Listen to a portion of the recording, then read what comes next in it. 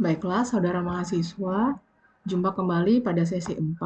Pada sesi 4 ini, kita akan membahas mengenai tentang komunitas, yaitu terkait karakteristik suatu komunitas dan bagaimana melakukan analisis terhadap suatu komunitas. Untuk mempelajari materi ini, diharapkan Anda saat ini telah menguasai materi-materi modul 4 yang terkait dan akan kita bahas minggu ini. Setelah selesai sesi 4 ini, Anda diharapkan dapat menjelaskan tentang karakteristik suatu komunitas dan bagaimana cara menganalisis suatu komunitas. Setelah mempelajari sesi 4, secara khusus Anda diharapkan mampu menjelaskan tentang 1. Karakteristik komunitas, 2. Analisis komunitas.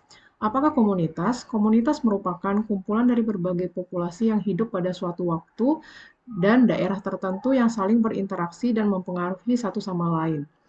Para ahli menggunakan berbagai pendekatan dalam mengklasifikasi komunitas, antara lain komunitas yang didefinisikan secara fisik, yaitu komunitas yang berada pada habitat tertentu seperti kolam, padang rumput, savana untuk habitat yang luas, serta buah-buahan membusuk, bangkai, dan sebagainya. Untuk komunitas skala kecil, yang di dalamnya terdapat kumpulan-kumpulan berbagai spesies. Selanjutnya yaitu taksonomi, di mana terdapat kehadiran suatu spesies yang mendominasi. Dan selanjutnya adalah statistik, di mana kelimpahan suatu spesies terlihat signifikan. Yang terakhir adalah interaksi, di mana terdapat interaksi spesies yang kemudian mempengaruhi terhadap kelimpahan. Jika Anda membaca lebih detail modul 4, terlihat bahwa sebagian pengklasifikasian komunitas terjadi karena adanya interaksi dari spesies yang ada di dalam komunitas tertentu, kemudian membentuk komunitas tertentu yang menjadi ciri khasnya.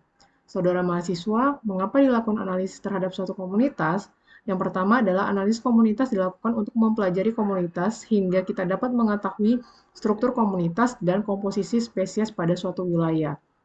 Selanjutnya yaitu hasil analisis berupa struktur dari suatu komunitas serta komposisi spesies baik tumbuhan ataupun hewan, kemudian disajikan secara deskriptif sebagai informasi kondisi kestabilan suatu komunitas.